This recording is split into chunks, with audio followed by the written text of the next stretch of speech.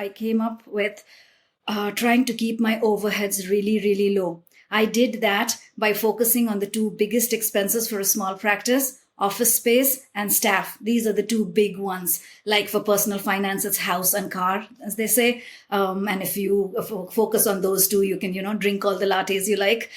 So, with office space, I work out of a shared workspace location, thereby keeping my rent exceedingly low. And for staffing, I actually started what is called a micro practice, which means I did everything from answering the phones to the billing aspect. And that was awesome in hindsight, because I got to learn all of those processes. I got a look under the hood, because before I did that, I didn't know what really happens after you sign a note and hit submit. Welcome to the Real Estate Mogul MD podcast. Thanks for tuning in and taking control of your financial future. This is a show where we not only motivate and inspire, we give you actionable, real-world experience to help you live life by design. You'll hear journeys and stories from other physicians, investors, coaches, consultants, and entrepreneurs. And now, here's your host, Brett Riggins. Today, I'm joined by Dr. Mitra Sadhu, a nephrologist, private practice owner, and founder of linkmedicalspaces.com, a platform helping healthcare professionals find and optimize medical office space. I'm excited to learn more about this. She's here to share how she built a lean private practice, why doctors should think differently about overhead, and how medical real estate can be an opportunity. Here we go. Mitra, welcome to the show. How is it going today? Perfectly well. Thank you so much for having me here, Dr. Riggins. Oh, yes, absolutely. And I'm not a doctor, so I always joke around that people ask me, how'd you start working with physicians? Well, my mom always told me that I spent so much time in the emergency room that I should have just gotten my own room there. So that was my introduction to physicians. But from that point on, the rest of our lives, I have so much gratitude for what you do, the dedication that you have given to your craft, to your passion, and what you've given up along with your family. So thank you. Let's just get started from there, Mitra. Thank you for what you do. Yeah, thank you very much for saying that. Sometimes I think as a community, we are not feeling it. So yeah. I appreciate it. Yeah. And it's hard. I mean, this is obviously not the topic of the podcast here, but it's hard because money is involved in that. And then there's so many things that happen in our lives that are drug into that as well, too. And then from the physician's perspective, whether you're in a corporate group or a private group trying to turn through, you've got a limited time to speak with somebody. So there's so much. That's a loaded question. Guess what? We don't have to talk about that question today. So we can stay out of that, but we can adjust our perspective, just like I was telling you before we got started, just our perspective, and that the gratitude needs to be there. So that's huge. We appreciate everything from the outside looking in. We appreciate everything that physicians do, because without you and the time that you've devoted and things that you've given up in your life, so much of us wouldn't be here. So thank you. All right, let's talk about what you do, Mitra. What do you do? So I am a practicing physician in Florida, a nephrologist by training, which is a kidney specialty of kidney disease. And I'm in solo private practice. And, thank you for bringing up the point that you brought earlier about the state of healthcare, because that is innately related both to how I practice and what I am doing as my other venture. Because, as you said, money is involved, and it does make a difference. We all know, especially if you're an insider in the healthcare industry, that the cost of doing business and reimbursements in general are going in opposite directions, which has made it very hard to survive in private practice as a whole. There has been a lot of consolidation, a lot of buyout of small practices by corporate entities, and that has really shifted how healthcare looks from a 30,000 foot view. And it makes a difference both for physicians and other healthcare professionals as well as patients. So actually, thank you for bringing up that point. Yes, that is a whole different conversation with many, many nuances, but it does play a very important, I think it seeps into everything. Absolutely. Absolutely. And even from an investor perspective, the way that we see money, the way that the feelings that we have about money affect everything. Our decisions, our actions affect everything, and that also comes into play for me as a potential patient. If I'm coming in and I have these certain set of views or perspective or feelings around money, what it takes for me to get money, how I feel about money. And then all of a sudden, here comes Brett into Mitra's office, and maybe I'm not getting that service related with the value in my, this lens that I have on my perspective. So it's just like investing in that regard, where we have these mindsets that we have to deal with all along the way. So interesting piece of this, Mitra, is so your private practice. And tell me a little bit about your journey in the real estate world related to your private practice. Sure thing. So yes, I think it's best to begin with the practice and how I got into the real estate bit of it. So I was initially a few years back just doing some locums work around town to give myself the most amount of flexibility with my children who were younger at the time. And then I wanted to get into practice. But then I did a back of the napkin calculation, and I was like, you know what, with the way overheads look, there's no way I can make the kind of income I would like to and work the hours that I want to work. Because I was hearing of burnout everywhere, both online and among friends in real life. It was like, so I knew if I go that route, working full time, the 60, 80 hours a week, I'm going to go there myself. And I was like, all right, so I do want to work part time, both for my own sake as well as for my family's sake. So then I had to get creative and figure out, okay, how do I do this? How do I be my own boss and work the hours I want to work and still give patients the kind of care that I want to give? So what I came up with, the other option is probably to get out of the insurance paradigm, but I didn't want to do that because especially for my patient population, that is going to be hard. And I wanted to work within the paradigm. And so I came up with trying to keep my overheads really, really low. I did that by focusing on the two biggest expenses for a small practice: office space and staff. These are the two big ones. Like for personal finance, it's house and car, as they say. And if you focus on those two, you can, drink all the lattes you like. So with office space, I work out of a shared workspace location, thereby keeping my rent exceedingly low. And for staffing, I actually started with what is called a micro practice, which means I did everything from answering the phones to the billing aspect. And that was awesome in hindsight because I got to learn all of those processes. I got a look under the hood. Because before I did that, I didn't know what really happens after you sign a note and hit submit. Where does it go until it becomes cash in your bank account? But I figured out all of that stuff. So that's how I've kept my expenses low. And that is how it works. I am able to work 2 days a week and make a disproportionately large amount in comparison to that.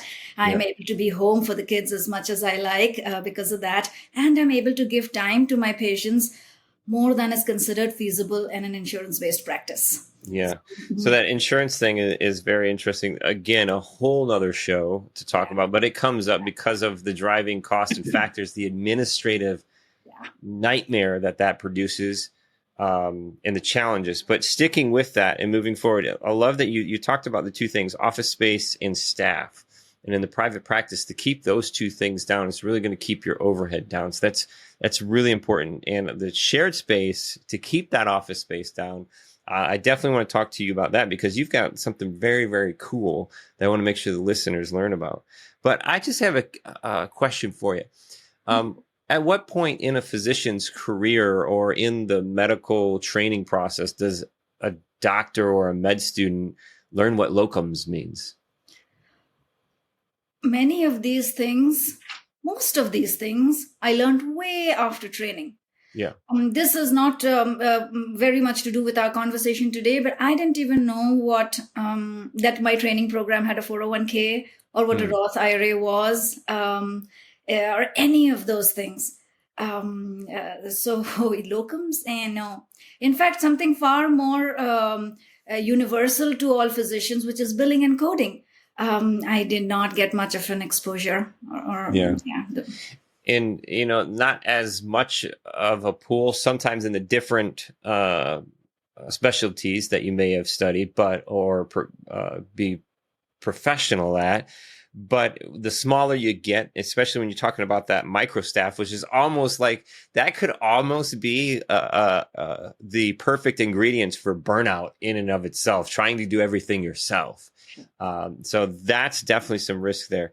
But the billing and coding thing is very interesting because the smaller that you get, the more that you have to hold on to. You can't pass it off. What I love about that, Mitra, is the same way that I did in real estate. My wife and I did was we started by doing everything. And then as the mindset shifts, but it's great, that I can't do everything. I have to build the right team, surround myself with the right people. But it gives you the opportunity to learn the foundational pieces. Yes. So in that regard, in the investment world, I'm learning what the P&L is. And now as a business owner, you have to learn the business language, P&L, profit and loss, balance sheet. Well, what does all this mean? And how do I even look at this sheet without my eyes glazing over? The interesting piece you said there, and we talk about it a lot too, is when you learn this stuff. So locums, sometimes I don't ask questions, Mitra, because I'm not a physician. I'm on the outside. I'm like, okay, I guess everybody knows what locums is. But that idea, and I've picked up along the way, it's basically like you're a traveling doctor, right? You don't have a home base. You're for hire, and you go out and you do these different offices or hospitals where you're working. Is that a fair description? Yes, it is certainly a fair description of a general or of how generally people do locums. I was just staying in town, working for a couple other groups, not all kinds of, not all different groups and stuff. Right. Basically helping them out, and so I was not an employee; I was an independent contractor. Yep. Yeah. And your earlier point about, and it's a very fair point about. Trying to do everything oneself. The idea is not to get burnt out either in an employed position or even working for yourself. You're just trading one job for another. So that is not the idea. How I dealt with it was when my volume picked up enough that I found myself dealing with administrative tasks in the evenings or weekends. That's when I was like, all right, it's time to probably hire someone. And at that point, I hired a remotely located virtual assistant to take off a bunch of stuff off my plate. And it's amazing how much can be accomplished remotely. So I often kid that she takes care of everything except the doctoring, because so much can be taught, the process is made simple such that they can be done remotely. So, yes. Now, on the remote side, same way. I relate our worlds together in real estate investing and medical profession. It's just there are, like you're saying, there's so many things that we can do virtually. In the investment world, there are definitely some information that we hold on to with as far as accounts and stuff like that. But in the medical world, there's the HIPAA, right? Mm-hmm. Did you have any trouble, or how did you navigate that, the restrictions and regulations around that in order to leverage a virtual assistant or a VA? Sure. So that's a pretty well-oiled machinery. I'm not the first person doing it. In fact, it's very commonly done these days. And so there are companies and agencies that will vet people for you, do background checks, and take care of the HIPAA aspect of it. You, of course, you keep up with the training and make sure that your assistant is well aware of the HIPAA rules and stuff, and stay on top of certification. It is not very much different. The errors that can be done by an in-office staff is the same thing that can be done by a virtual assistant regarding HIPAA non-compliance. So it can happen anywhere. And if you don't inspect what you expect, it can run away from you. Is that true or what? Love that. Yes. Yeah, that's, and again, in real estate and in business, it's just, you got to inspect what you expect. And what a great way of doing that, because now you've built the foundation by learning yourself, whether it's billing and coding, making sure the expenses are being tracked, what happens in accounts payable, accounts receivable. So now you can inspect what you expect, even if you're learning still along the way. I will never stop learning. I never want to be to the point where I feel like I know everything. That's right. Absolutely. So in this shared office space idea, when we were keeping these overheads down by, the two highest expenses you talked about, they were office space and staff, the shared office space. Tell me a little bit about this little pivot when you created this. Again, another opportunity for you to get burnt out if you're not careful is you're an entrepreneur in another way, it looks like. But before we talk a little bit about that, it made me think there was I don't know if it's a joke or what. I feel it's quite real for a lot of people. When you go from being an employee to an entrepreneur, you trade your 9 to 5 for a 24/7. You've heard that before, right? Yes, I have. A little too late. Yeah. Yes. But if it's 24/7, then it's a bad part of good. Either you're doing things wrong or you're doing them so good that you need to start building your team and growing your team. So tell me a little bit about this venture that you have into the shared space. Absolutely. So I launched this online platform called linkmedicalspaces.com, which is a platform to connect healthcare professionals with medical office space. The background of it, let me, if I could go back a little bit. When I was looking to start the practice, I was actually looking to sublease space from an established practice in my neck of the woods. All I needed was one room for 1 to 2 days a week because I knew that I would be starting slow and it would take time for the practice to build up. But I could not find any such space. I did not know where to look. And I cold called a few practices and didn't come up with anything. And since then, the seed was planted at that time. So that is my why for creating this platform. And it's really very simple. It is a medical office only platform, so you're not getting lost in millions of other kinds of commercial real estate listings, etc.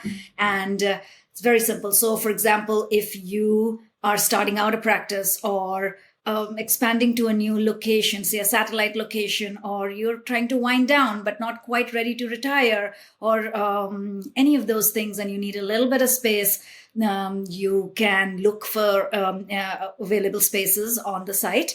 On the other hand, if you're an established practice and you have office space and everything is going just fine, you don't even notice all the waste that's all around us in medicine, the redundancy and the waste. And one of the biggest ones hiding in plain sight is office space. Say, for example, you have a 3,000 square foot space and you're practicing there, but the rooms at maybe the 1 to 2 rooms at the end of the hallway are lying empty. They're just filled with boxes and you had plans for them, but life goes on and they're sitting empty. So you can get those ready, make them into exam rooms and sublease them to somebody. They would be perfect either if you're not in the office, say you're a surgeon and you're in the OR 2-3 days a week and your office is sitting empty.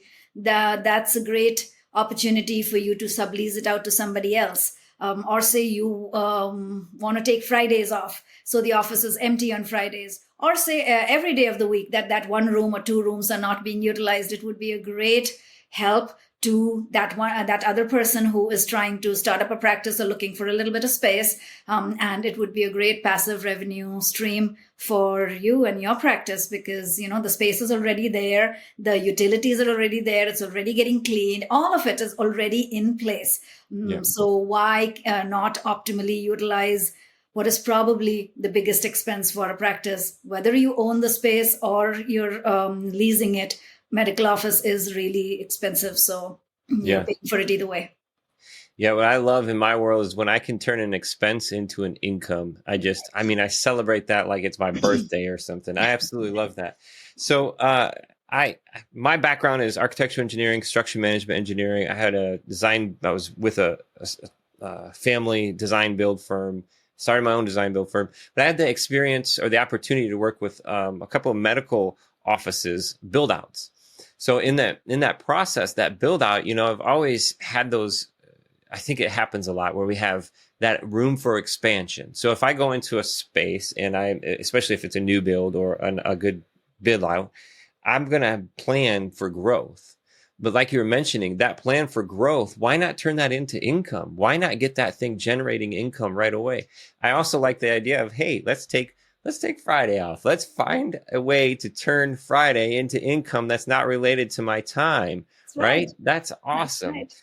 And also on this website, that's linkmedicalspaces.com. I'm definitely going to have this in the description. And I told you I want to put it on the Physician Wealth Systems website as well, too, because I love when stuff like this comes up. It's just such a great idea.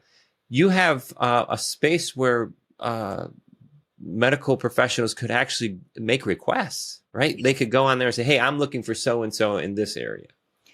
Exactly. So, right, if you're looking for space, you can browse our listings. And if you don't find anything in your neck of the woods, please feel free to send us a request and we will spread the word for you and try and find you the perfect office space. And what do you get out of this, Mitra? What do I get out of this? So the website is monetized very simply. It is a simple listing fee for a listing, which means if you are looking to sublease out your office, and that's about it. If you are looking for office space, then of course there is no charge for that. So that's all there is to it. So it's almost like an advertising fee then, right? Right. Exactly. Makes sense. Well, I love this. I love this idea. It's awesome. You've got so many great things going on. The private practice, this new platform. This is going to help so many people I know. What else is out there? Are you investing in real estate outside of these ventures? This is taking up all my time and energy. Oh, I know. So yeah. And that's also one of the hard things too. And it's like the shiny object syndrome. And I fought it for years and years and years. And it's tough to keep that, like keeping the one thing. So if you can stay focused and keep the no's coming. I know that sounds weird, but if you can, the more that you can say no to, the more focused you can be on your yes. And that's right. Don't say yes unless it's a hell yes. Yeah, I like that, Mitra. That's a soundbite right there for sure. That's awesome. So this is linkmedicalspaces.com. This is amazing. So all the listeners jump on there, whether you are looking for or consider, if this seed has been planted, they say, hey, I want to take a couple sniper shots and see what kind of income can I generate. This is a great way to figure that out by the two main things that you were talking about, keeping the office space down, cost down, and then staff down too. Are there any other staffing amenities that you offer alongside of the medical spaces? So not directly, but since you bring it up, it works out very well if somebody wants to share their staff along with the office space, especially if you're not going to be in the office on certain days. And those are the days the other person is coming in.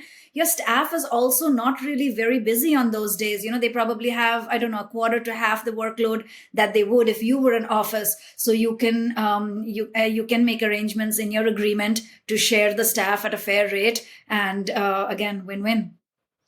So if we could go fast forward in 10 years and Mitra was sitting there happy as all get up, maybe celebrating her hell yeses in that regard. What's one thing that Mitra in 10 years would tell you today? Sit back, enjoy the moments, but keep working towards your goals. Progress. Yes. Progress. Yeah. Constant and never-ending improvement. That was an old Anthony Robbins quote. Constant and never-ending improvement, can I? And in that improvement, always making progress, but make sure, please, that it aligns with values that are deep in you. Because progress has to be aimed. We have to make sure that we're staying on focus and we're not just getting busy. And we don't find ourselves in these moments where we're creating more opportunities to lose who we are. So this is awesome, Mitra. I'm so excited about this. I hope you can tell. I'm going to share this as much as possible. The listeners can find you at linkmedicalspaces.com and connect with you.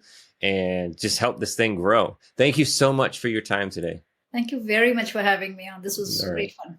All right. You enjoy the rest of the day down there in Florida. Thank you. Such a fun conversation, and like so many other conversations, got to keep it steering in the right direction because there's so many things that we could continue talking about. So maybe we'll have Mitra back on sometime soon. Here's some notes that I took away from our conversation. Keeping overhead low is the key to private practice freedom. Doctors often overlook medical office space as an income-generating asset. I told Mitra, I get excited. I love to celebrate when I turn an expense into an income. And finally, don't say yes unless it's a hell yes. That was awesome. Focus on what truly matters to you. If you're a physician thinking about private practice or optimizing your space, you have to check out linkmedicalspaces.com. And again, thank you for your time. Thank you for listening to The Real Estate Mogul MD.